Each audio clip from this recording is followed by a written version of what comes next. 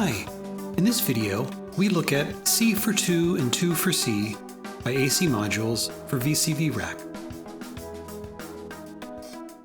CFor2N2ForC will output a configurable CV value for each note in an octave range. It also has polyphonic trigger output based upon the currently selected note, either along with or instead of the CV output. To demonstrate, I use a basic keyboard module.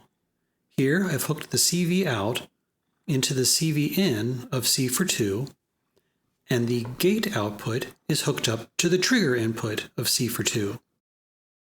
On CFor2, I've connected the CV output to a scope and the trigger output to Viz so we can see the polyphonic triggers.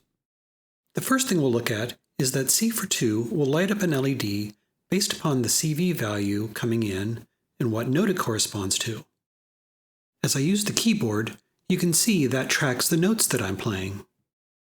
These LEDs remain lit, so you know which note is active. Next, we'll look at CFor2 for outputting triggers.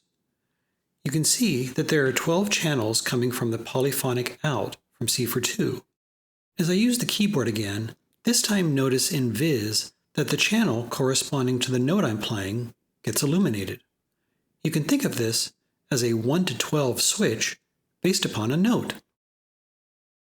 Lastly, we'll look at CFor2 for CV output.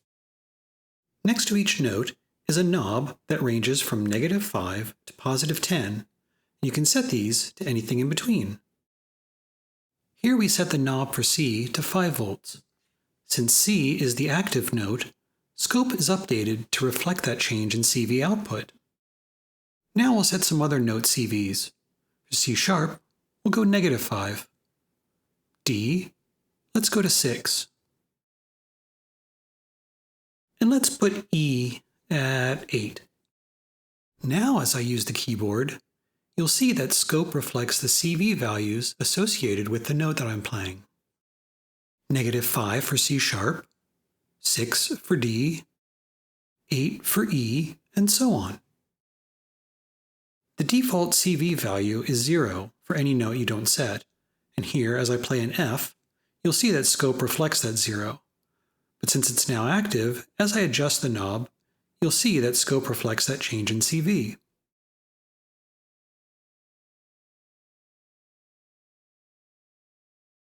Now let's look at a couple of use cases. First, I'll use my laptop keyboard to trigger speech synthesis within plates. We'll start in alphabetical order. Alpha, Alpha, Bravo, Charlie, Delta, Delta, Echo, Foxtrot, Golf, Hotel, India, Juliet, Kilo, Lima. Now we'll do the code word for the character on the keyboard. Zulu, X-ray, Sierra, Victor, Bravo, Charlie, November, Mike, Juliet, Hotel. It should be noted that CFor2 only maps one octave of notes, regardless of what octave is being input. Now one more demo that's a little more complicated.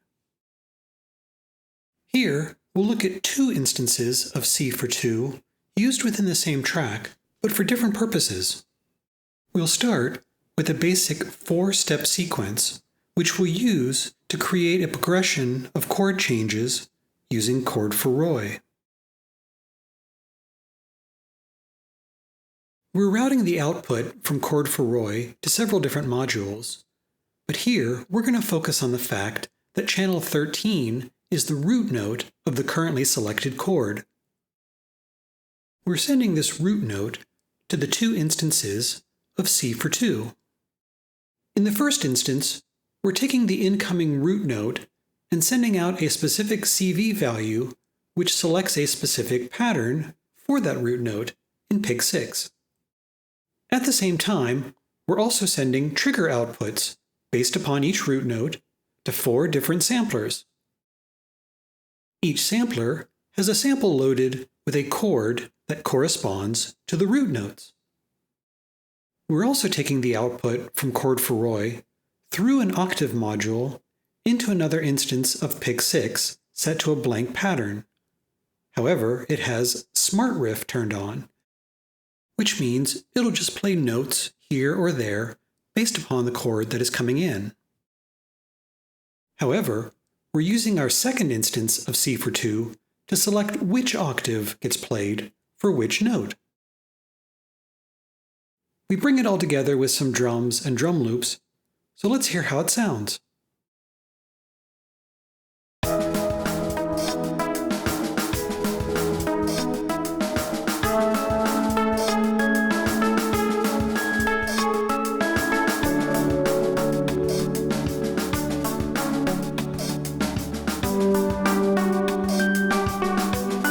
We can see that our first instance of CFor2 is changing the pattern that PIC6 is playing based upon the current root note.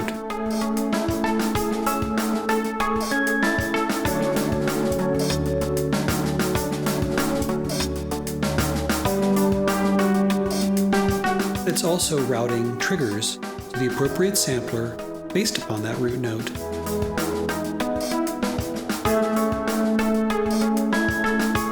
Finally, our second instance of CFor2 is changing the octaves that we hear coming from our bell-like sounds.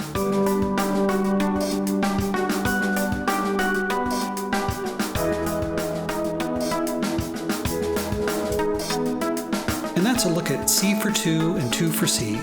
Have fun!